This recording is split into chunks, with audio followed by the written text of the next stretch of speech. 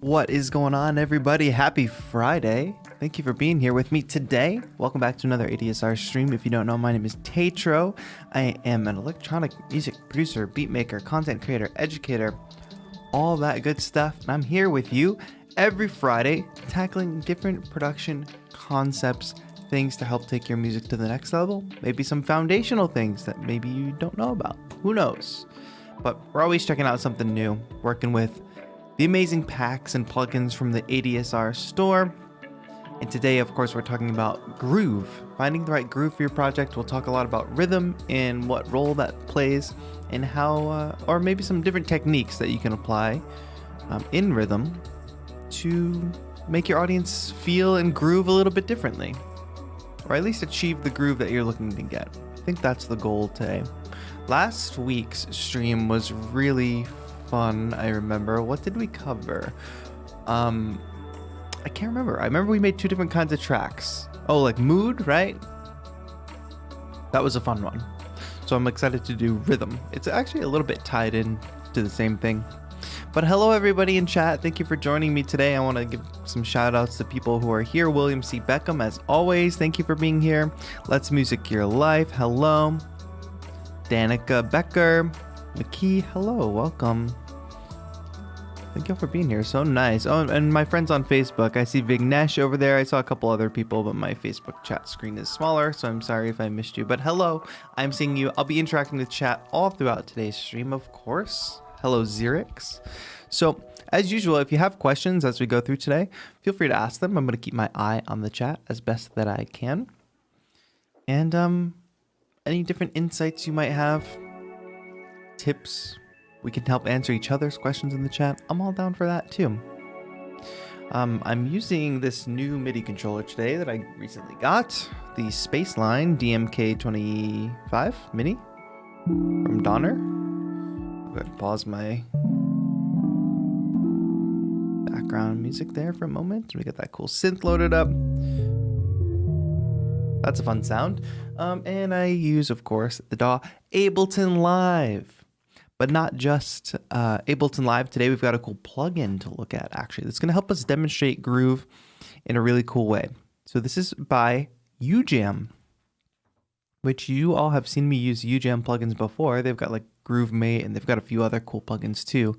But today, this one fits perfectly into our subject because Virtual Drummer Deep. So what is going on with this plugin? Well, it's a virtual drummer, as you can imagine, where we can go ahead and play the drums as we normally would as one shots. So I'm just triggering this on my MIDI keyboard.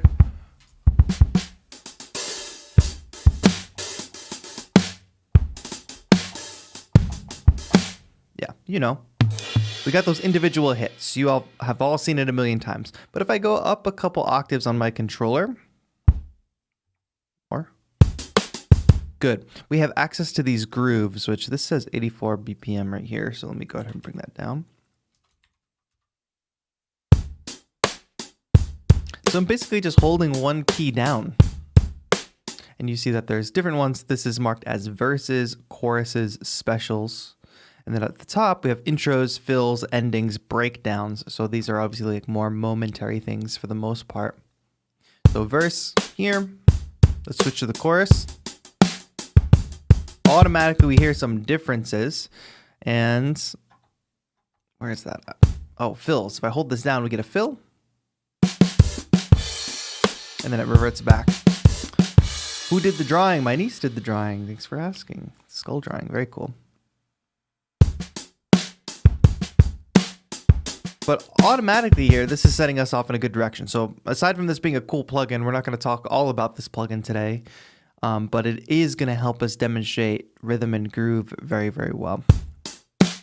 Because, of course, at the end of the day, not only can we just hold down one key, but we notice these little dots on each of these keys. In UJAM plugins, I believe that means we can click and drag MIDI. Yes. And we all know that natural sounding drums, like real sounding percussion, is really hard to do via MIDI. So this plugin is kind of doing the work for us in terms of, let me fold it.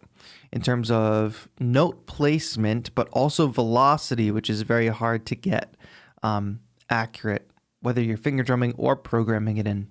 That plays a big role in having the drums sound natural. So we can actually just look at this MIDI right now. And we've kind of got it all broken down. I would love to, let me jump into this. Oh, it's actually not that easy.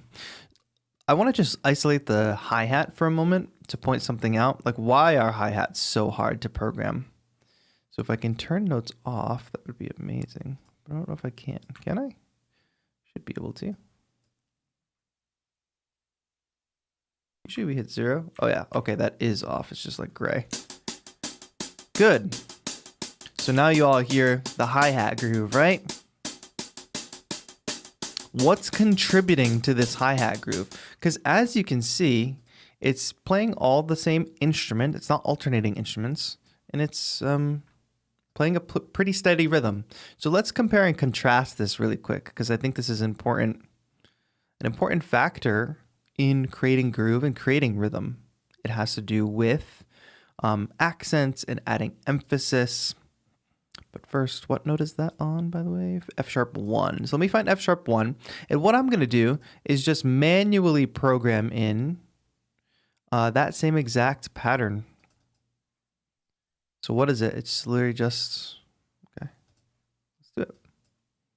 Same exact pattern, quote unquote. I'm doing that in air quotes. It's just this. It just repeats. Boom, right? Except we've got notes in between those notes as well. So let's do that. And let's hear how these are different now. That sounds very annoying and not natural. Let's run it back. It's the same exact rate. We're playing the same exact rate.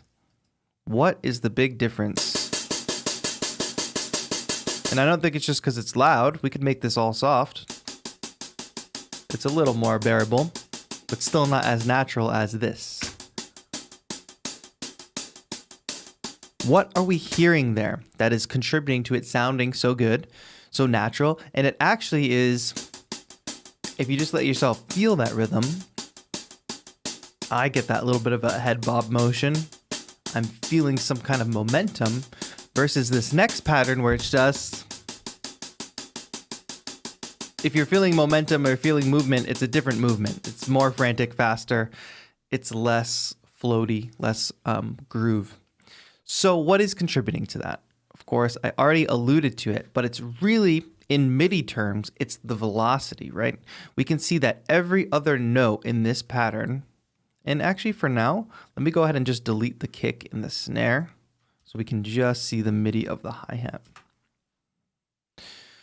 The velocity, for sure, is what is being alternated here. We're going from strong velocity to low velocity. But what you can also see is it's not that simple. It's not as simple as just alternating these velocities. What's actually happening, we are alternating high velocity, low velocity, which gives us louder sound for high velocity, softer sound for lower velocity. But we are also adding emphasis in certain spots as well. So pick out the notes that have the highest velocity. We have beat 1, bar 1, beat 3, bar 1, beat 4, bar 1, beat 1, bar 2. And you can see that these are being accented slightly differently as we go on, only looking at the highest velocity. Where are those accents falling? And you can see there's there's not too much of a pattern to it.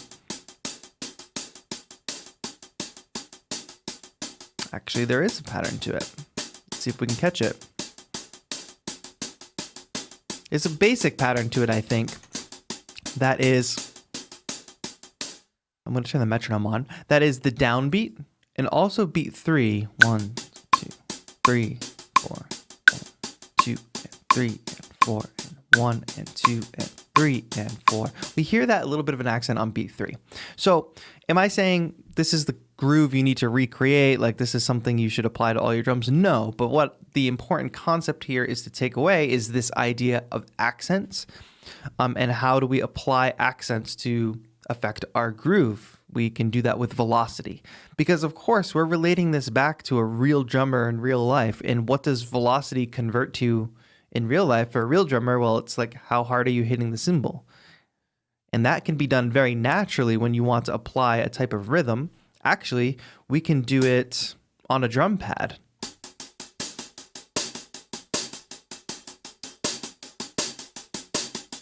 You can see just by me alternating like how hard or soft I'm playing, we get a different groove rather than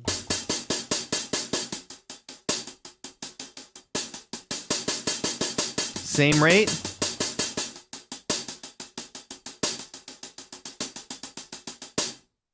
Adding accents. That is what completely can change up our groove, even if we're playing the same exact rhythm.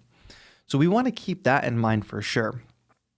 And that is in consideration of, at the moment, a top layer. A top layer meaning a hi-hat, a shaker, a percussion loop.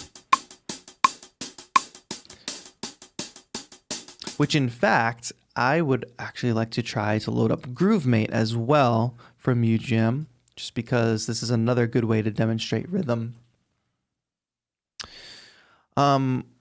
We can select the shaker. Let's select shaker, which is another top instrument. I know you all see that all the time in your drum loops.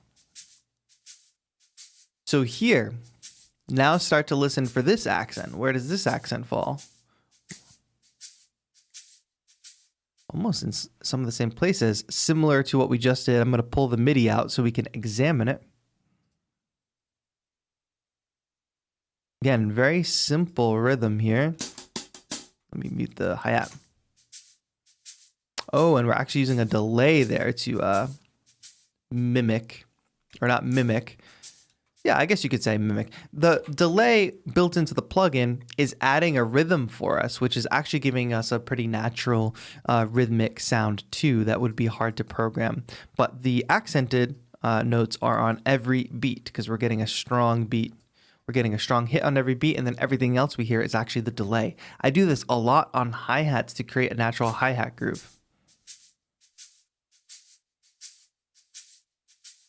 Da-da, da-da, da-da, da-da, da-da. Hear that.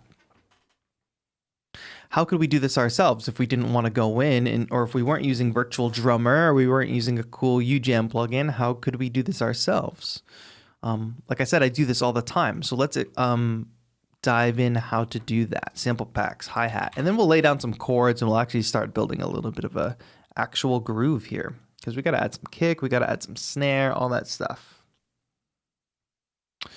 Oh, and the link is in the chat if you want to check that all out. Hello, Simple Sam. Thank you for joining me today. Hi-hat. Let me just go into the producer life pack and let's pick sure, a lo-fi one shot.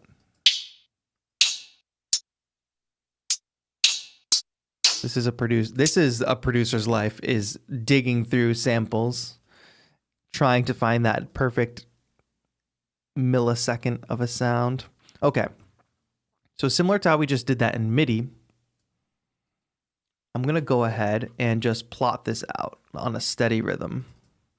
Let me make sure I'm going evenly here and I'm at the rate that I want.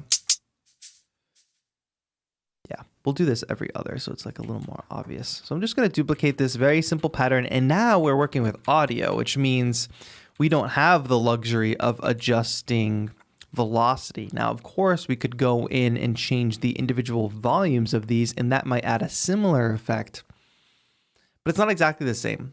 So how can I add a little bit of groove to this? And let me go ahead and turn off that shaker. This is a very straight ahead rhythm, right? Nothing special happening here at all. But on my return track, I have a delay. And this is a delay that I built on my return track with Ableton's stock delay.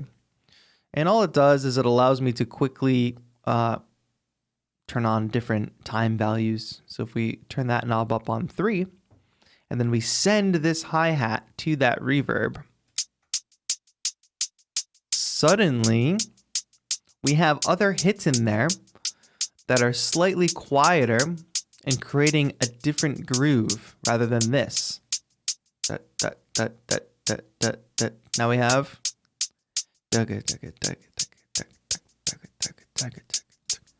So this is definitely something different. It's definitely more of a groove than what we already had. That's just an example of how you might do this. Well, one way you can apply some type of groove to tops and have it sound a little bit natural in a very simple way, you know, using it via a delay. Hello, Danica. Nice to see you all again. My phone battery is so hot, it's going to explode. Don't let it explode. Stay safe. Hello, James Murley. Thank you for being here. Okay. That's basic groove on a tops thing. That's like some fundamental information we need to know. Accents.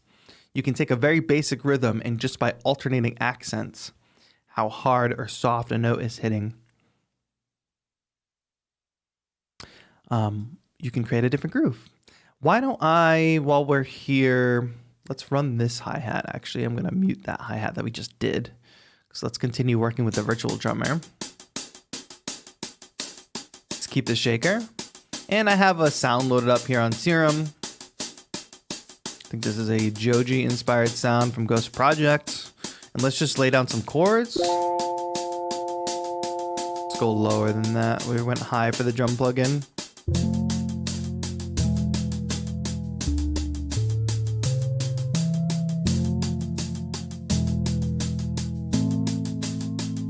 One octave up.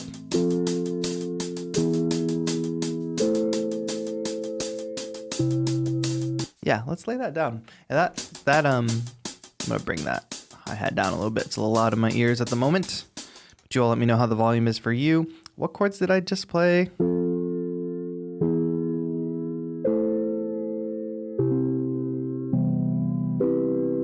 All right, that's fine. Let's just lay down some chords because I want to build a track as we sort of go through this, because we can experiment with different types of rhythms and grooves and adding more percussion instruments as we go.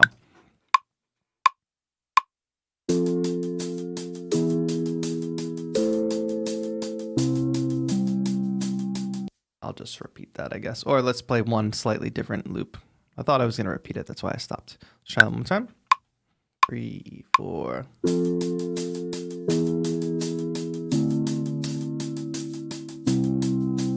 Good. A little switch up there for the second half. So 2 4-bar loops. It's going to make two 2-bar loops, I should say. Going to make up 1 4-bar. Let's consolidate that into 1. Quantize it, and I just played a very simple chord progression because I want the drums to be leading the groove here. Okay, so what is the next step? We all know there's a million different ways our kick can go, which I think is the most obvious place. How can the kick actually influence, there we go. How can the kick influence the feel of this track now? I'm just going to go ahead and duplicate this so we can do this a couple times and do different kick patterns. Let's do a more, actually, let's just start right in with a 4 to the floor kick and see how that affects our tune, right?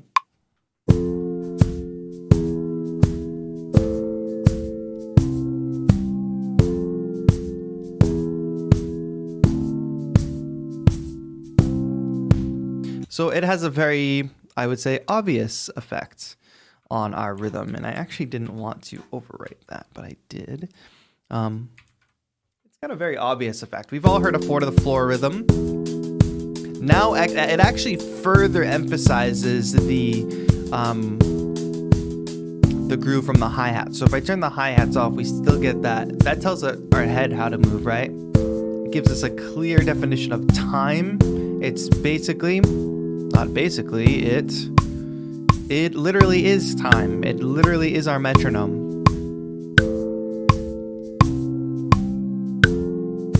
So what does that do for us? That gives a solid foundation that makes the listener feel like they are on solid ground, right?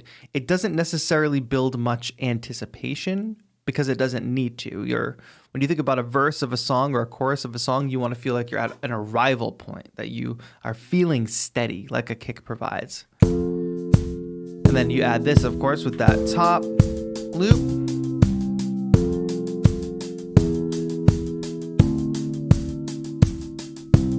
Great. What else can the kick do, though? Because that is obviously very, very basic.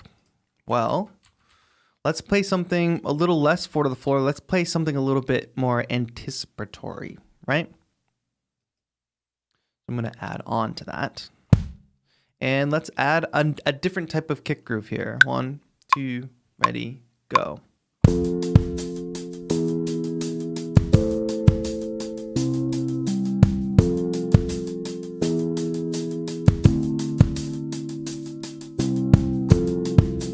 Good. Let me quantize that. Was I really that rough? Oh, let me just quantize the kick. And we change the quantization settings. Good. So this, in its nature, adding this kick pattern is a little bit more, like I said, anticipatory. We're anticipating something a little bit more. We're not on solid ground.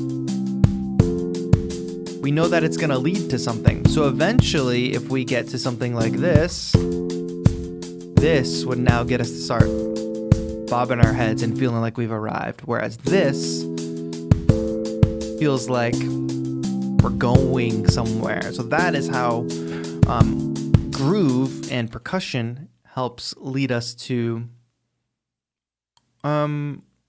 helps lead your listener through the song so you can understand that something's coming. Tension and release plays a big factor in music, of course. Signaling to the listener, like, where is this track going? Or just knowing that the track is indeed going somewhere. Now, we can actually make this, or I think we can. Let me experiment.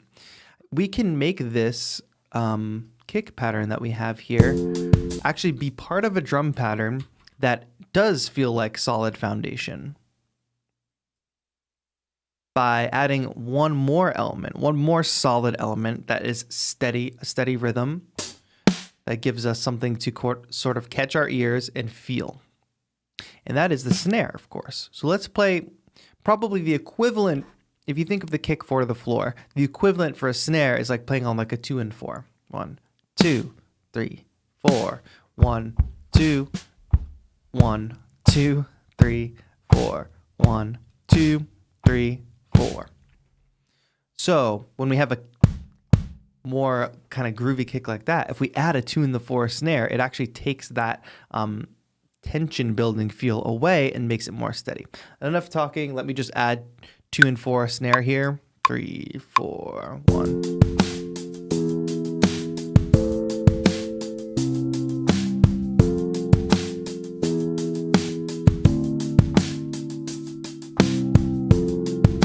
Hear how that is far different. Oops, wrong button.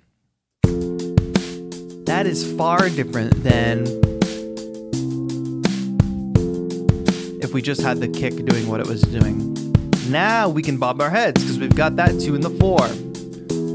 That's that 2 in the 4. Basically, we've got a solid backbeat. Bye, let's make music. Let's music your life. Thank you for joining us today. But you can hear that now the kick and the snare are interacting in very clear ways versus that pattern that did not have a snare. This does not necessarily make you bob your head in the same way. Swap over to here. Feels like an arrival point. Not to mention we've got that steady hi-hat groove, right?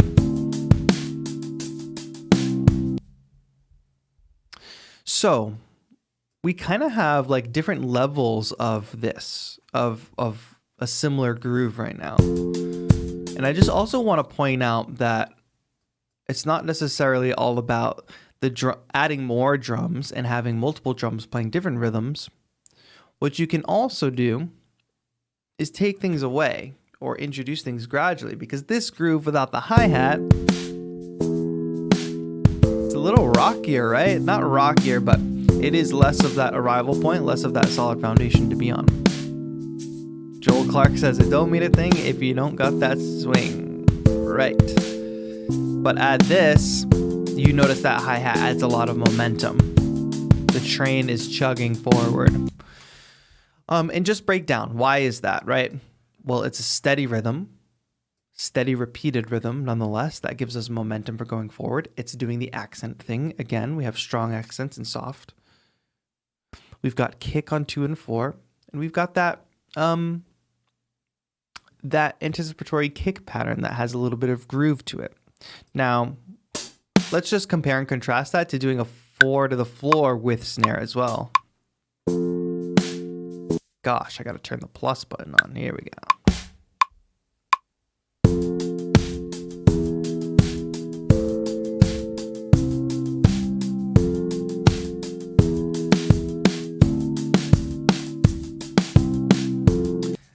So there, halfway through, let me just split that in two.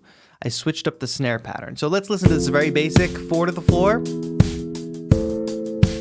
This is a different feeling than this, right?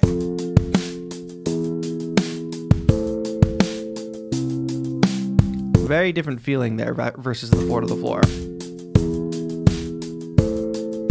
And what did I switch up to? More of like a reggaeton, like offbeat kind of.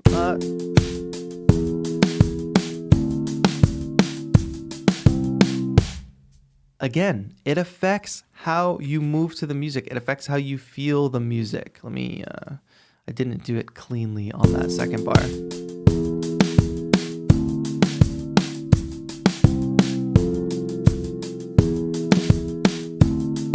Let's just layer that on top here. Good.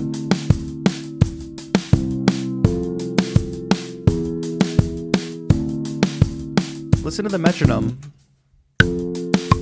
And now, I mean, what happens if I take away 1 and 2 and da da da da? Since it's not on a strong beat, it just has a very different feel and very different movement. We feel it differently. I can't express that enough.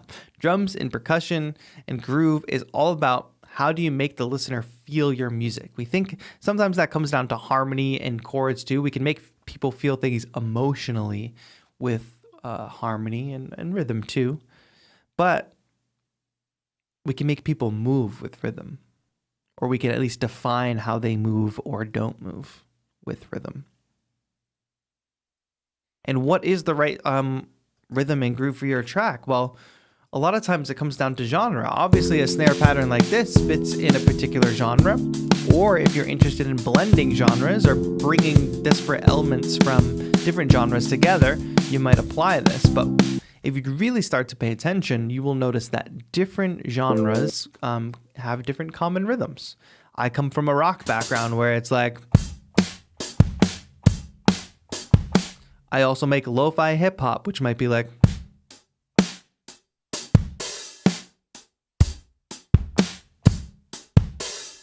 that's totally different than the other thing I just played, right? It comes down to tempo as well, of course. I just played at 2 completely different tempos. But it also comes down to the things that we're talking about, adding accents. Where do these instruments fall? What role are these instruments playing? A top instrument like a hi-hat or a shaker adds energy to a percussion loop. A steady backbeat with a kick and snare can provide a solid foundation sound, whereas playing a more spread out rhythm, a rhythm that kind of anticipates a little bit more, can create a little more tension and totally switch up the groove. And that gets used at different times during your tracks. So let me just open up this plugin again, Virtual Drummer Deep, and maybe we can just, in those things that we talked about, examine some of these grooves that they have built in. So let me go up a couple octaves so I can play this here. That's C4. So for instance, like a verse, let's just examine the difference between a verse and a chorus.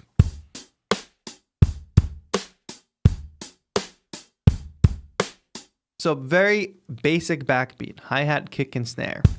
2, 3, 4. 1, 2, 3, 4. That counting, what am I doing? I'm counting time, but I'm really like feeling the kick and the snare and the hi-hat driving us forward. Let's compare this to the chorus rhythm that we get in this kit.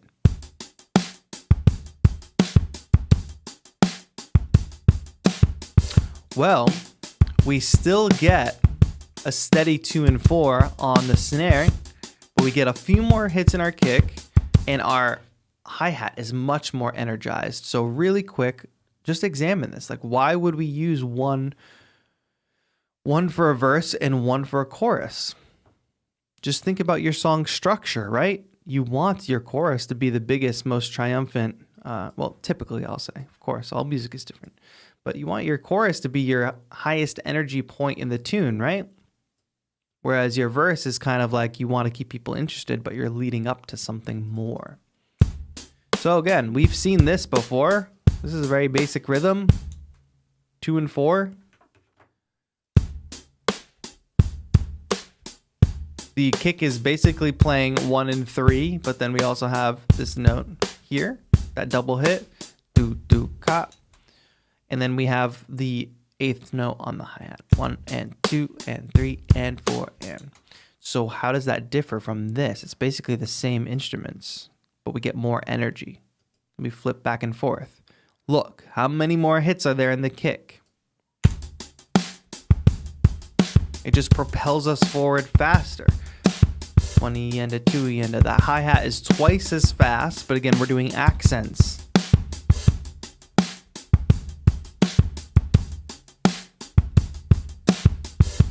I also see the open hi-hat, this hit right here, which I ultimately think is sort of like a natural riser. You know, electronic music obviously comes after acoustic music chronologically, and I think in a lot of ways, some of the elements we've created in electronic music production emulate just old school, regular old acoustic music. Because that open hi-hat, that's not an open hi-hat, that open hi-hat is a little bit like a noise riser. What am I using that to do? I'm using that open hi-hat to anticipate a snare.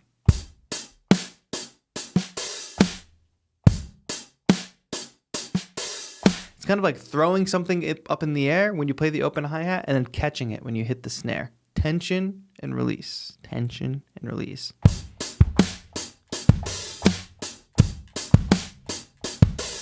And even that metaphor, that analogy there of like throwing something in the air and catching it, that's movement. That could definitely be applied to how you feel that open hi-hat groove.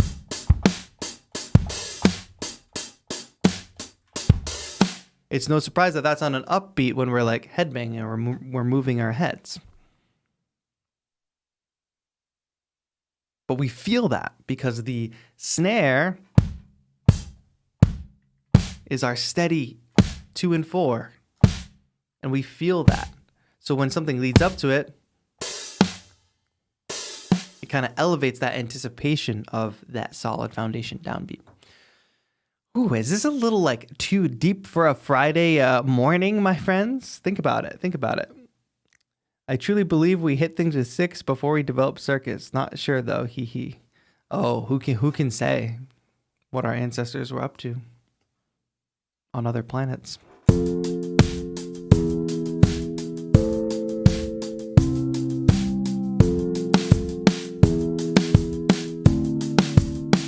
And there's lots of ways that other instruments can play a role in this. Oftentimes you hear the bass and the kick synced up. So let's kind of see how that adds to our groove here. I'm just duplicating Serum. And let's load up a bass. Oh, should I show you my screen? I got you. I got you. I could take it from the same pack, though. I'm not sure what type of bass. I don't want to do an 808 because 808 kind of goes into kick land sometimes, and that's going to make my life a little harder.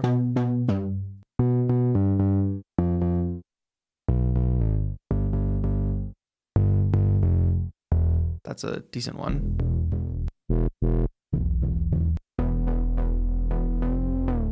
That's a little much. That's a little too 808-ish. All right, let me just jump back to that one that I said I liked. Got a bit of an electric bass feel to it. So if I look at Well, first of all, I'm going to play the notes of the chords. But if I look at the kick rhythm and I try to think about syncing up with that. Wait, let's play right here. Go down an octave.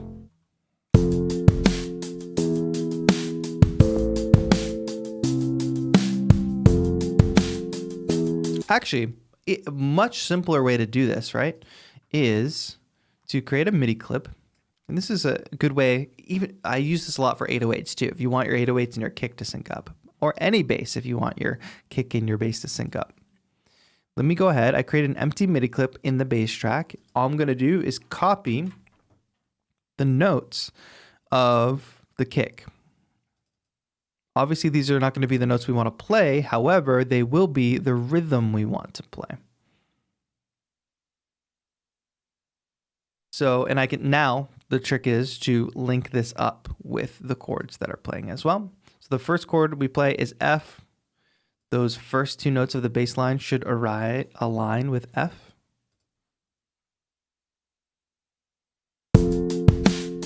And we can, of course, stretch them out because the kick is short, but the bass notes can be a little longer. And we can take this whole thing up an octave. Let's make these short and snappy, but not as short as they were before. Good. And the next chord that we should play, E to A. So we're going to go from E to A on this note.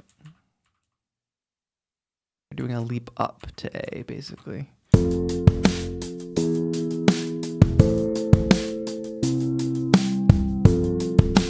And then we basically repeat that, right? We got F here. Let's go short on these notes.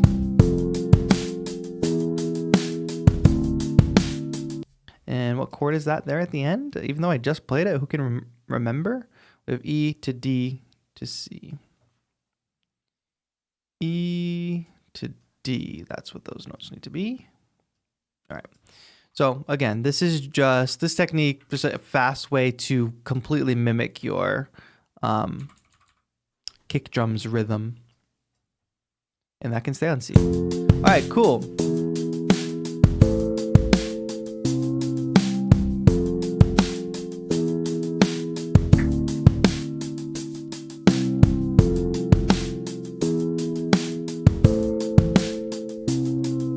It enforces our kick rhythm. However, what if, let's duplicate that for the moment. What if we gave our bass line a steady driving rhythm in a similar way to what we were doing with the hi-hats almost? Dum, dum, dum, dum, dum, dum, dum, dum. I gotta zoom out, or fold would be better. Dun, dun, dun, dun, dun, dun, dun, dun. And now here we need to go with that E. And we have to go shorter so we can actually hear the separation between the notes.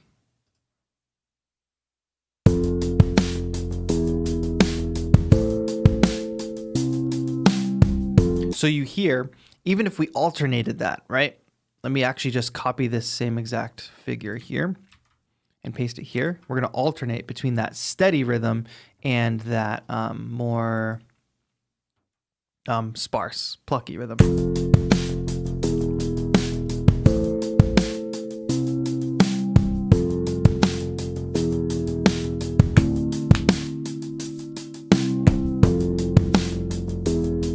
So, and I gotta say, oh, this is live, my friend. Thank you for joining.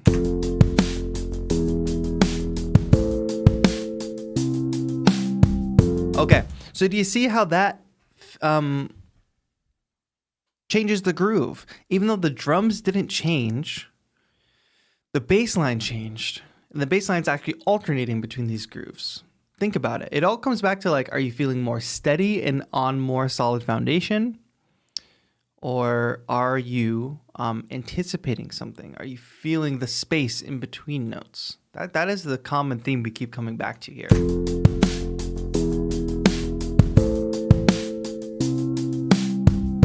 This almost implies that the listener kind of stops moving here. This implies a very steady movement.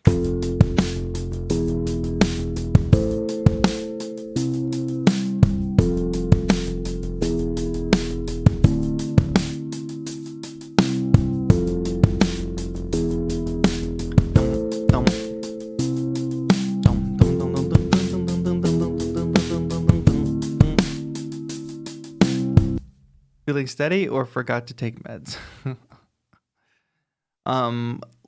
Really quick, I want to just grab this bass line and put it in one of these other drum grooves.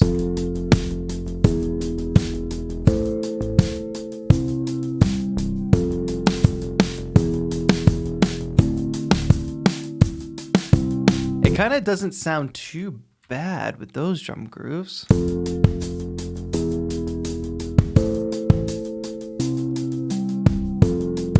Actually kind of works. I expected it to not. Yeah, that kick and snare. But for, say, a pattern like this, say this is more of an intro. What if we played longer notes? What does the effect of playing longer notes versus shorter notes have on our groove? Let's play. 1, 2, long notes.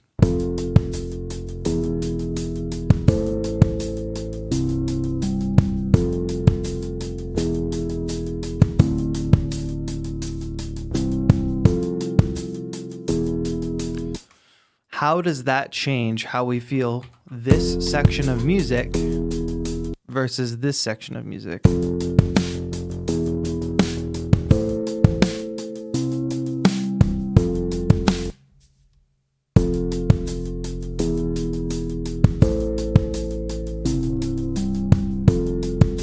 We're not moving yet. We're feeling more of this steady downbeat of beat 1, beat 3, beat 1, beat 3.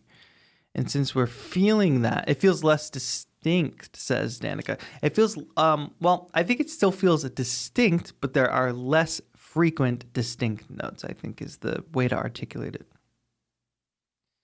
In that, our rate kind of slows down. And that doesn't mean the tempo, but the rate of how we feel it slows down. We kind of feel it like this. And I'm always applying this to movement because that is what groove and rhythm is all about. That way, when we get to this next moment, we really feel like the pace is kicked up, but we haven't changed tempo.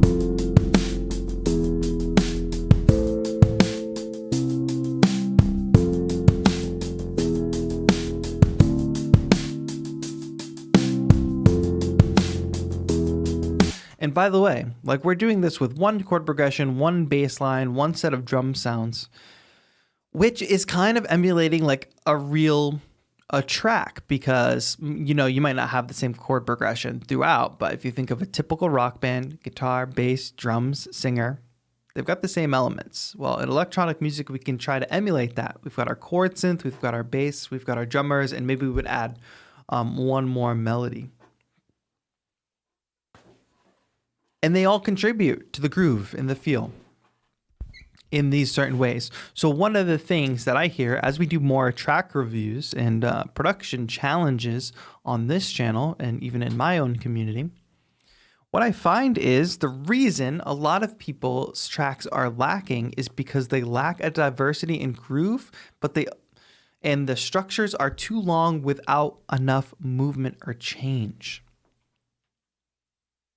So you need to think about this rhythm and groove and how your listener is moving to the music, how your listener is progressing through this musical idea of your track. Think of it in terms of all these groove elements that we talked about and how you can apply that to an arrangement. Now, can we take a break from this for a moment and maybe add a melody or something? And maybe that will also affect how our groove is perceived. Maybe we can affect the groove with a melody. Let's just have some fun and add some melody. What's up, Theory Mao? Thank you for joining us over on Facebook. Hello. All right. I'm going to stay in this kit, I think, as long as I can find a lead that I like.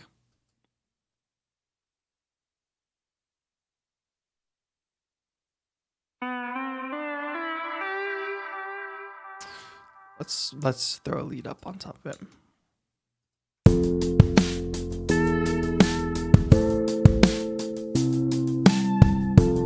I mean, this lead already has a delay on it, which is contributing to the groove.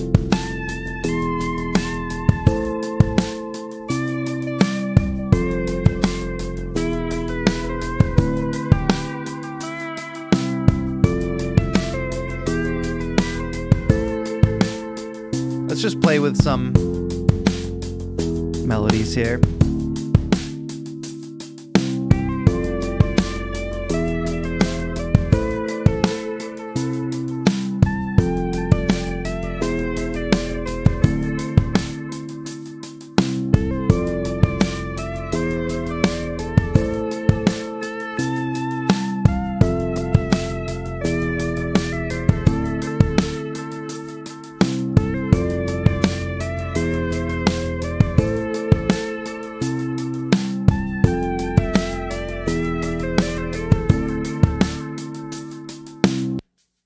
I kind of like that, but I want to do more of an 8-bar rhythm.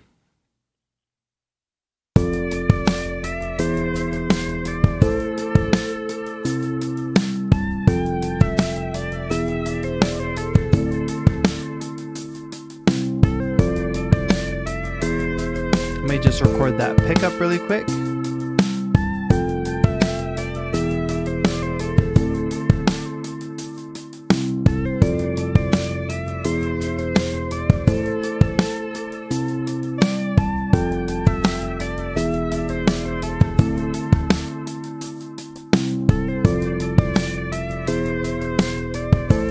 Awesome. I want to add random female vocal chops that foretell a hook, but now he's gone and built such a lovely lead line. I've changed my mind. In essence, our teacher is writing music faster than I. Well, I'm in front of the computer and with the instrument, so I have an unfair advantage.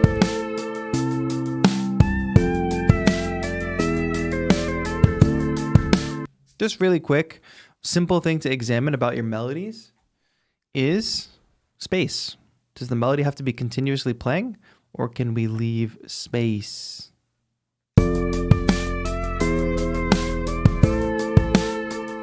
Also, notice something else about this melody, which I didn't do consciously, but I'm sure is happening in my subconscious.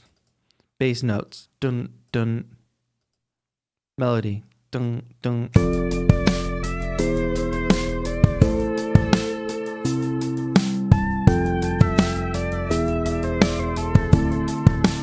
Not to mention the phrasing.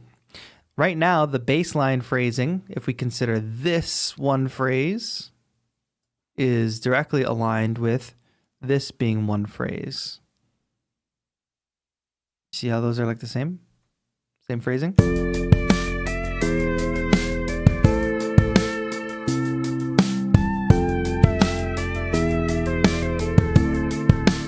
And we've talked about this before on previous streams, right? We talked about some of these concepts of descending versus ascending melodies, and these are both descending. However, they start in different places. And this type of melody is different from one other type of melody that adds to the rhythm and groove and the way we feel the track. I want to play a melody now that's more of just like a riff. It's not supposed to be the thing that's in the front and center, but it's more contributing to the rhythm and the motion of the track. So let me find a different lead sound for this. Same pack, always, just if you can. It's just one form of limitation that I highly recommend. Start working in one pack, continue it. All right, maybe I can make this one work.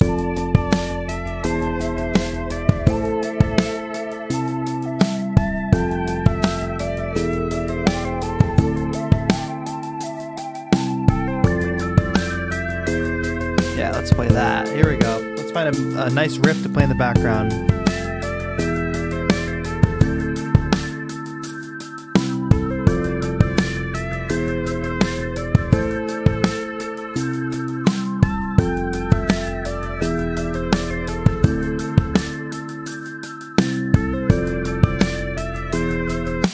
Sure. I'm just going to record that. And you can see how this is different than a proper melody. This is more part of the window dressing. That other melody is front and center.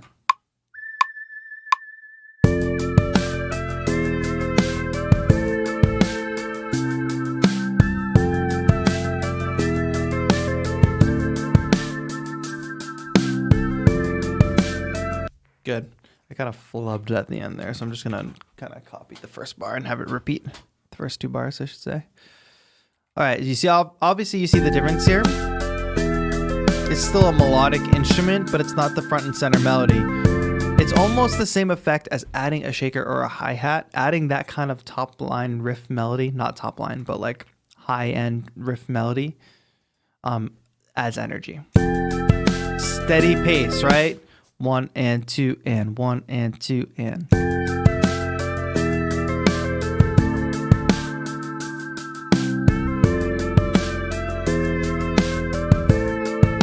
Okay, but the criticism I had for other people's tracks is like nobody's building up momentum in their tracks. People are struggling and giving me like the same groove and the same feel the whole time. So how can you combat that? Let's do it with these very basic song ideas that we have here. We have chords.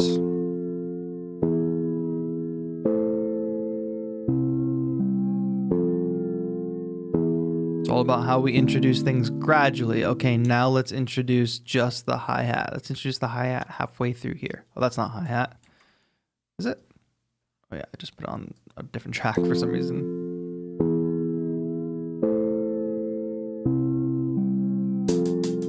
So this kind of sets a pace for us. Now, how can we build anticipation? The beat hasn't properly dropped yet. But we have this pattern with the kick. Good, I like that. Did I preserve? Yes. Now let's do short bass line as well. And let's see if we might introduce it right there. Intro with some chords. We're automatically getting a little bit of a feel here. Ooh, but now we know something's coming.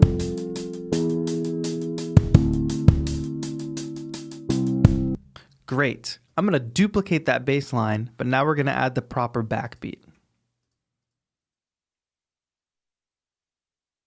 Let's keep going.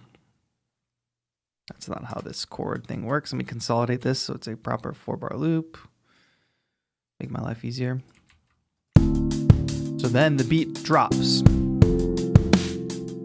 Okay, we're somewhere new.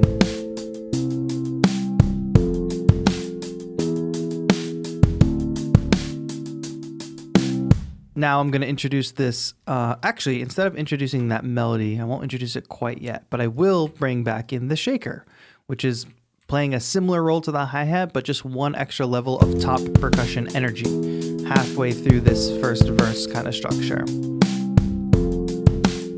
At the basic level, I'm literally just introducing things every 4 bars, something new, but with purpose.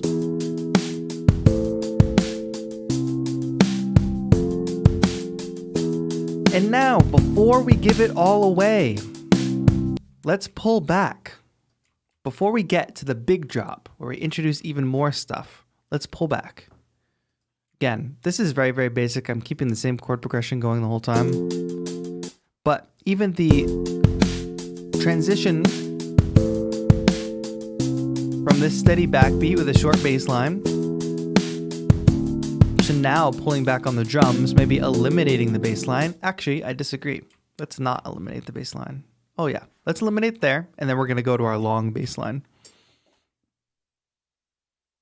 And then we can bring back in that kick groove as well.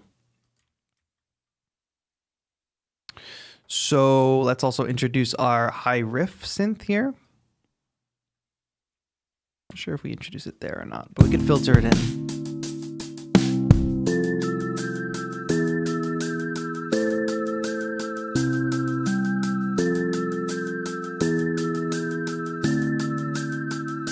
Okay, but we're building to something, right? So now that long bass line implies that we're building to something.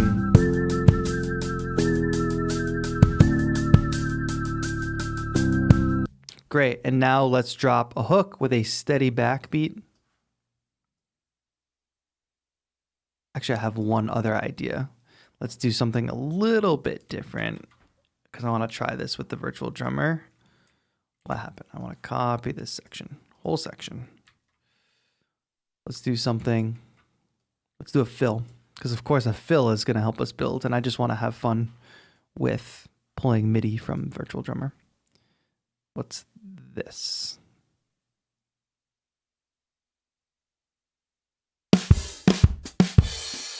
Could be that.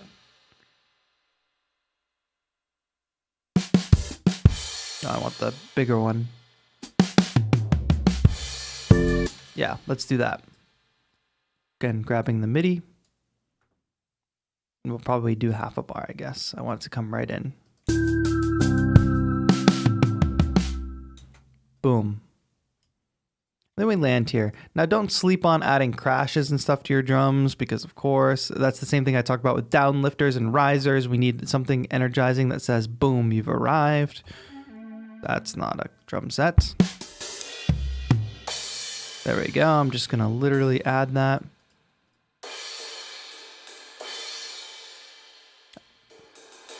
You can hear how that different velocity affects it. And I will even go ahead and add that as well to the intro, to that first verse. Where did the verse go? This is verse, right? That's it. All right, so you see how the energy has built relatively organically over the course of the track using not that many musical ideas. So as we wrap up here and we're landing on that hook,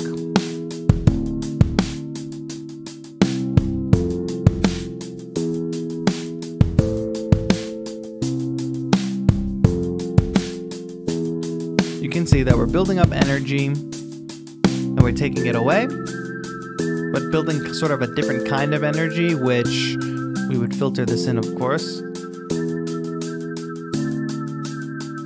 Long bass line implies building intention. Everything's gonna cut and we're gonna do a fill.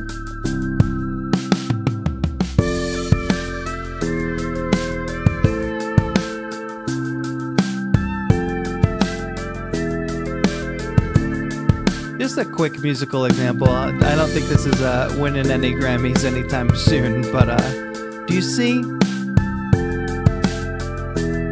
how this is about, what is this, about 1:30 of music, and it's the beginning of a basic song. A lot of times people are just giving me all their ideas right off the bat. Like we'll be listening to tracks and it will essentially be like this. Like you gave it to me already. And then you're gonna pull back from that and give me a section like this. Like of course we're gonna go back to a verse, but you didn't properly earn getting me there. So nonetheless, like you see how we use these different grooves, and there's so much more to do. Like we could go to a half speed feel, we could add more rhythms to this, more types of rhythmic instruments. We could just, of course, different chord progressions. We could completely switch on a dime to a totally different feel, which you hear a lot of great music do. But nonetheless, this is very basic, very foundational, kind of touching on what contributes to the groove of our tracks. And of course, we talked about things like accented notes. You hear it in those hi-hats, right?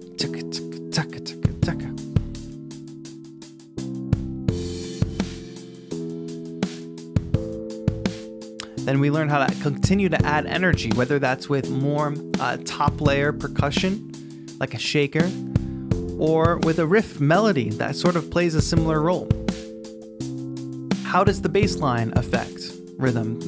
Oftentimes you're going to hear the bass is really a rhythm instrument. And you hear how it syncs up with the kick in certain instances, how it doesn't, how playing short articulations creates anticipation for the listener, but also playing long notes like this